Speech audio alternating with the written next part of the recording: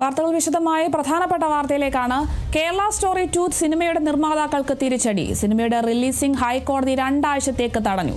Cinema കോടതി കാണേണ്ടതില്ലെന്നും കോടതിക്ക് ഇതിൽ കാര്യമില്ലെന്നുമുള്ള നിർമ്മാതാക്കളുടെ വാദം കോടതി തള്ളി.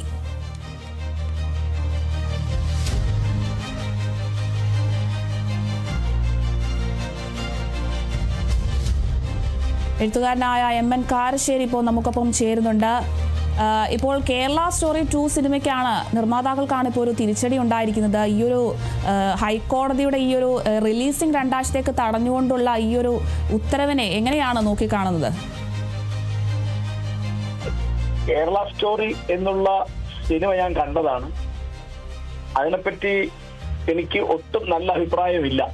കാരണം ഒറ്റപ്പെട്ട സംഭവങ്ങള് പർവ്വതീകരിച്ച് കാണിച്ച് അതിശയോക്തി ഉപയോഗിച്ചിട്ട് കേരളത്തില് ആളുകളുടെ ഇടയിൽ പ്രത്യേകിച്ച് മുസ്ലിം വിരുദ്ധമായി ഒരു മനസ്സുണ്ടാക്കാൻ നിർമ്മിച്ച സിനിമയാണത്.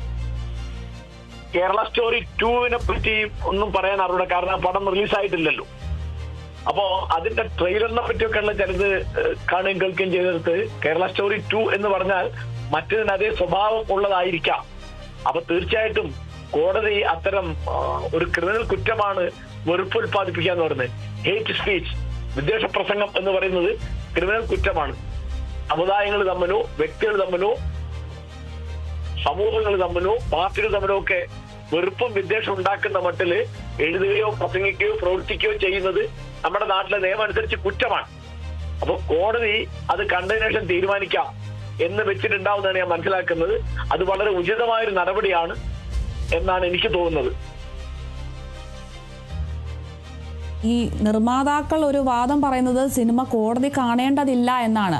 ഈ ഒരു വാദത്തോട് എത്രത്തോളം യോജിക്കുന്നുണ്ട്? ഞാൻ യോജിക്കാൻ പറ്റില്ല. കാരണം ഇതിപ്പോ ആദ്യമായിട്ടല്ല. ഒന്നാമത് സിനിമയ്ക്ക് നാടകത്തിനോ സീരിയലിനോ പുസ്തകത്തിനോ ഒന്നുമില്ലാത്ത സെൻസർ എന്നൊരു ഏർപ്പാടുണ്ട്. സെൻസർ ബോർഡ് ഉണ്ടല്ലോ. കാരണം മറ്റ് ഒരു നാടകം വരുന്നു, അല്ലെങ്കിൽ ഒരു പുസ്തകം വരുന്നു, അല്ലെങ്കിൽ ഒരു സീരിയൽ വരുന്നു, അതിനൊന്നും സെൻസറിങ് ഇല്ല. എന്താ കാരണം? ജനങ്ങളെ ഏറ്റവും അധികം സ്വാധീനിക്കുന്ന ഒരു കലാരൂപമാണ് സിനിമ. പിന്നെ സെൻസർ ബോർഡിന്റെ നിലപാടിനെതിരായിട്ടും അനുകൂലമായിട്ടും ഒക്കെ കോടതിയിൽ പോയ അനുഭവങ്ങൾ വേറെ ഉണ്ടല്ലോ. കോടതിയിൽ ആദ്യമായിട്ടല്ലല്ലോ പോണത്. കോടതി ഒരു സാധനം കാണേണ്ടതില്ല എന്ന് പറഞ്ഞതിന് യുക്തിയില്ല. അങ്ങനെ പറയാൻ ഒരാൾക്ക് അവകാശമല്ല. ഇവിടുത്തെ നീതിയെ സംബന്ധിച്ച അവസാന വാക്ക് എന്ന് പറയുന്നത് ഇന്ത്യയിൽ കോടതിയാണ്. അതിൽ യാതൊരു സംശയമില്ല. കോടതി കാണണം എന്ന് പറഞ്ഞാൽ കാണണം, അത്രയേ ഉള്ളൂ. അത് പറയാൻ നിർമ്മാതാക്കൾക്ക് യാതൊരു അവകാശമില്ല. ശരി, വളരെ നന്ദിയുണ്ട്. നമുക്കിപ്പോൾ ഇപ്പോൾ ചേർന്നത് എഴുത്തുകാരനായ MN കാരശ്ശേരിയാണ്. എന്തായാലും കേരള സ്റ്റോറി 2 സിനിമയുടെ നിർമ്മാതാക്കൾക്കാണ് ഇപ്പോൾ വലിയൊരു തിരിച്ചടി ഉണ്ടായിരിക്കുന്നത്. സിനിമയുടെ റിലീസിംഗ് 2 ആഴ്ചത്തേക്കാണ് ഹൈക്കോടതി ഇപ്പോൾ തടഞ്ഞ് ഒരു ഉത്തരവ് വന്നിരിക്കുന്നത്. സിനിമ കോടതി കാണേണ്ടതില്ല എന്നൊരു കാര്യമാണ് ഇപ്പോൾ നിർമ്മാതാക്കളുടെ ഭാഗത്തു നിന്ന് വരുന്നത്. എന്തായാലും ഈ നിർമ്മാതാക്കളുടെ ഈ ഒരു വാദമാണ് ഇപ്പോൾ കോടതി തള്ളിയിരിക്കുന്നത്. നാളെയായിരുന്നു റിലീസ് ചെയ്യാനിരുന്നത് കേരള സ്റ്റോറി 2. എന്തായാലും ഈ ഒരു സിനിമയ്ക്കാണ് ഇപ്പോൾ തിരിച്ചടി നേരിട്ടിരിക്കുന്നത്. റിലീസിംഗ് ഇപ്പോൾ ഹൈക്കോടതി 2 ആഴ്ചത്തേക്കാണ് തടഞ്ഞിരിക്കുന്നത്.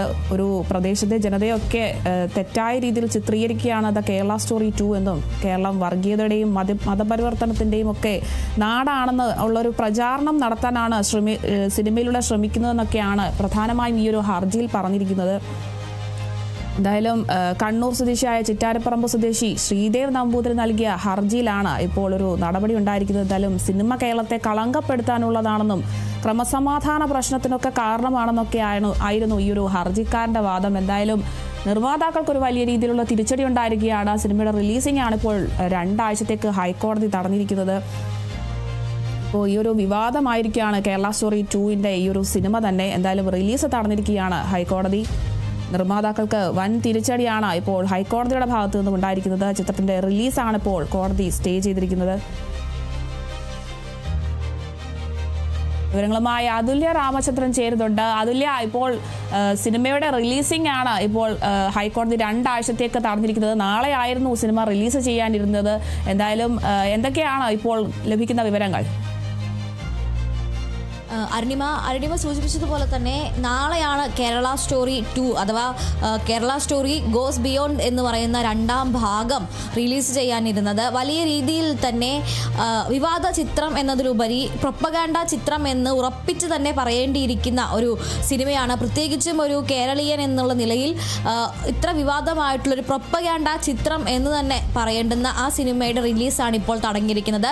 നിലവിൽ ഈ പ്രദർശനാനുമതിക്ക് ഇടക്കാല സ്റ്റേ ആണ് ഹൈക്കോടതി നൽകിയിട്ടുള്ളത്. ജസ്റ്റിസ് ബെച്ചു കുര്യൻ തോമസിന്റെ സിംഗിൾ ബെഞ്ചാണ് ഈ ഒരു ഉത്തരവ് ഇപ്പോൾ പുറപ്പെടുവിച്ചിരിക്കുന്നത്. 2 ആഴ്ചത്തേക്ക് ഈ റിലീസ് തടഞ്ഞുകൊണ്ടാണ് ഉത്തരവുണ്ടായിരിക്കുന്നത്. ഈ ഉത്തരവിൽ പറയുന്നത് ഈ ഒരു ചിത്രം എന്ന് പറയുന്നത് അത് കേരളത്തിൻ്റെ മതേതരത്വത്തെ കളങ്കപ്പെടുത്തുന്ന രീതിയിൽ പ്രകോപനപരമായ ഉള്ളടക്കത്തോടു കൂടി ഉള്ളത് തന്നെയാണ്. സെൻസർ ബോർഡിന് ഈ സിനിമയെ വേണ്ട രീതിയിൽ വിലയിരുത്തുന്ന രീതിയിൽ കാണുന്നതിൽ വേണ്ടത്ര ശ്രദ്ധ കാണിച്ചിട്ടില്ല. അതിനാൽ സെൻസർ ബോർഡ് നിലവിൽ ഈ സിനിമയ്ക്കെതിരെ ലഭിച്ചിട്ടുള്ള പരാതികൾ വീണ്ടും പരിശോധിക്കണം. സിനിമയ്ക്കെതിരായി അതിൻ്റെ റിലീസ് തടയണമെന്നും പ്രദർശനാനുമതി നിഷേധിക്കണമെന്നും ആവശ്യപ്പെട്ടുകൊണ്ടുള്ള പരാതികൾ അവയുടെ ഉള്ളടക്കം വീണ്ടും പരിശോധിക്കുകയും ആ പരാതികളുടെ അടിസ്ഥാനത്തിൽ വീണ്ടും ഈ സിനിമ കാണുകയും വേണം എന്നാണ് ഇപ്പോൾ കേരള ഹൈക്കോടതി നിർദ്ദേശിച്ചിരിക്കുന്നത്. 2 ആഴ്ചയ്ക്കകം ഈ സിനിമ കണ്ട് പരാതിയിൽ മറുപടി നൽകുകയും വേണം എന്നാണ് ഹൈക്കോടതിയുടെ നിർദ്ദേശം.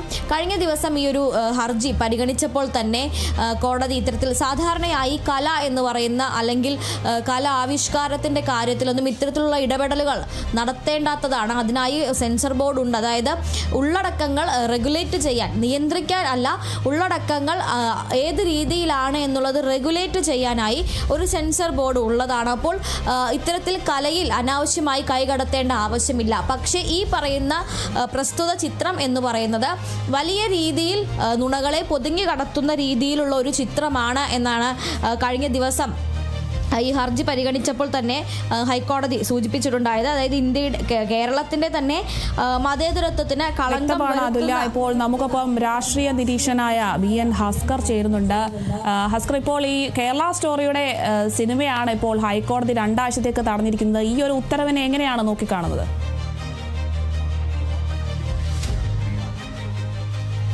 അപരമത വിദ്വേഷത്തിനു വേണ്ടി പരിശ്രമിക്കുന്ന ഒരു ചിത്രമാണ് എന്നുള്ളത് കൊണ്ടാണ് എല്ലാ ജനാധിപത്യ വിശ്വാസികളും മതേതരത്വം സംരക്ഷിക്കണമെന്ന് ആഗ്രഹിക്കുന്നവരും കേരള സ്റ്റോറിയെ എതിർത്തിരുന്നത്. നാം അതിന്റെ ടീസറിലും അതിനുശേഷം വന്നിട്ടുള്ള അഭിമുഖങ്ങളിലും മുഴുവൻ ഈ ചിത്രത്തിന്റെ ഉദ്ദേശ ലക്ഷ്യങ്ങളെ കുറിച്ച് വളരെ കൃത്യമായി ബോധ്യമുള്ളതാണ്.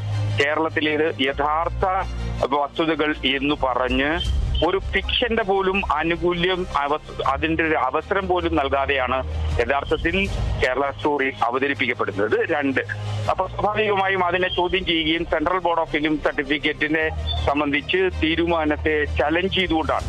അപ്പൊ ആ ചിത്രം കാണുന്നതിന് കോടതിക്ക് അധികാരമില്ല എന്ന അർത്ഥത്തിലായിരുന്നു അതിന്റെ നിർമ്മാതാവ് അതില് കൗണ്ടർ അഫിഡവിറ്റ് നൽകിയിട്ടുള്ളത്. അതുപോലും നിയമപരമായി നിലനിൽക്കുന്നതല്ല. അതുകൊണ്ടാണ് കോടതി ഇപ്പോ അതിന്റെ റിലീസ് തയ്യാറായിരിക്കുന്നത്. കോടതി എടുത്തിരിക്കുന്ന തീരുമാനം സ്വാഗതാർഹമാണ്. ഒരു യഥാർത്ഥ കഥ എന്ന അർത്ഥത്തിൽ ഇതിനെ അവതരിപ്പിക്കുമ്പോൾ അത് ഡോക്യുമെന്ററി എന്ന വിഭാഗത്തിലേക്ക് വരുന്നതിനു പകരം അതൊരു ചലച്ചിത്രം എന്ന നിലയിൽ വരുമ്പോൾ അത് കേരളത്തിലെ മറ്റു മതസ്ഥരെ വല്ലാതെ അസ്വസ്ഥപ്പെടുകയും അത് വേദനിപ്പിക്കുകയും ചെയ്യും എന്നുള്ളതാണ് വസ്തുത.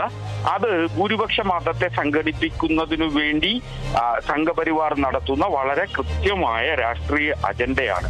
ആ അജണ്ട ഉള്ളതുകൊണ്ടാണ് ബഹുമാനപ്പെട്ട ഹൈക്കോടതി വളരെ ജനാധിപത്യപരവും നിയമപരവും ഭരണഘടനയുടെ മൂല്യങ്ങൾ ഉയർത്തിപ്പിടിച്ചുകൊണ്ടും ആ ചിത്രത്തെ നിരോധിച്ചത് അല്ലെങ്കിൽ ആ ചിത്രത്തിന്റെ പ്രദർശനം തടഞ്ഞത് എന്നതാണ് വസ്തുത. അതിൽ ആവിഷ്കാര സ്വാതന്ത്ര്യത്തിന്റെ ഒരു കണികയുടെ അലങ്കാരികത പോലും അതിനില്ല എന്നുള്ളതാണ് വസ്തുത. അതെ, ഇപ്പോൾ ഈ കേരള സ്റ്റോറി എന്ന ഈ ഒരു സിനിമയിൽ ഇപ്പോൾ നിർമ്മാതാക്കളുടെ വാദം എന്ന് പറയുന്നത് ഈ രാജ്യത്ത് നിലനിൽക്കുന്ന ഒരു സാഹചര്യമാണ് ഇപ്പോൾ ഇതിലൂടെ ചിത്രീകരിക്കുന്നതെന്നും അതുകൊണ്ട് തന്നെ സിനിമ കോടതി കാണേണ്ടതില്ല എന്നാണ്, അതായത് കോടതിക്ക് ഇതിൽ കാര്യമില്ല എന്നതാണ് ഇപ്പോൾ ഈ ഒരു നിർമ്മാതാക്കളുടെ ഭാഗത്ത് നിന്നൊരു വാദം വരുന്നത്. ഇപ്പോൾ ഈ ഒരു വാദത്തോട് താങ്കൾ എത്രത്തോളം യോജിക്കുന്നുണ്ട്? അല്ല, നിർമ്മാതാക്കളുടെ വാദം എന്ന് പറയുന്നത് കോടതി കാണരുത് എന്നുള്ളതല്ല. കോടതി കാണാതിരിക്കുക എന്ന് അവർ അവകാശപ്പെടുന്നത് വലിയ തോതിൽ നിയമവൃത്തങ്ങളിൽ ചർച്ച ചെയ്യപ്പെടേണ്ടതാണ്. കാര്യം കോടതി വലിയ അധികാരമുള്ളതും ആ അധികാരത്തിന്റെ അടിസ്ഥാനത്തിൽ കോടതി ഈ ചിത്രം കാണുക തന്നെ വേണം. ആ ചിത്രം കാണുമ്പോൾ കോടതിക്ക് എന്താണ് ഈ ചിത്രത്തിന്റെ ഉദ്ദേശ ലക്ഷ്യങ്ങൾ എന്നുള്ളത് മനസ്സിലാക്കാൻ കഴിയും. ആ മനസ്സിലാക്കുന്നതോടുകൂടി കോടതി ഒരു ഉത്തരവിലേക്ക് വരും എന്ന് തന്നെയാണ് ഞാൻ കരുതുന്നത്. വളരെ വ്യക്തമാണ്. നന്ദിയുണ്ട്. നമുക്കൊപ്പം ചേർന്നത് രാഷ്ട്രീയ നിരീക്ഷകനായ BN ഭാസ്കറാണ് നമുക്കൊപ്പം ചേർന്നത്. എന്തായാലും നാളെ റിലീസിങ്ങിനിരുന്ന കേരള സ്റ്റോറി 2 സിനിമയ്ക്കാണ് ഇപ്പോൾ രണ്ടാം ഭാഗത്തിനാണ് ഇപ്പോൾ വലിയ രീതിയിലുള്ളൊരു തിരിച്ചടി ഉണ്ടായിരിക്കുന്നത്. സിനിമയുടെ നിർമ്മാതാക്കൾക്ക് വലിയൊരു തിരിച്ചടിയാണ് ഉണ്ടായിരിക്കുന്നത്. റിലീസിംഗ് ആണ് ഇപ്പോൾ ഹൈക്കോടതി 2 ആഴ്ചത്തേക്ക് തടഞ്ഞിരിക്കുന്നത്. സിനിമ കോടതി കാണേണ്ടതില്ല എന്നും കോടതിക്ക് ഇതിലൊരു യാതൊരുവിധ കാര്യവുമില്ല, ഇതൊരു വാദം, നിർമ്മാതാക്കളൊരു വാദം പറഞ്ഞിരുന്നു. ഈ ഒരു വാദമാണ് ഇപ്പോൾ കോടതി തള്ളിയിരിക്കുന്നത്. 2 ആഴ്ചത്തേക്കാണ് ഇപ്പോൾ സ്റ്റേ ചെയ്തിരിക്കുന്നത്. അതുകൊണ്ട് തന്നെ നാളെ കേരള സ്റ്റോറി 2 റിലീസ് ചെയ്യാൻ കഴിയില്ല. കേരള സ്റ്റോറി 2-ന് പ്രദർശനാനുമതി നൽകരുതെന്നും സെൻസർ സർട്ടിഫിക്കറ്റ് റദ്ദാക്കണമെന്നും ആവശ്യപ്പെട്ടുള്ളൊരു ഹർജിയിലാണ് ഇപ്പോൾ ഹൈക്കോടതി ഈ ഒരു നടപടി സ്വീകരിച്ചിരിക്കുന്നത്.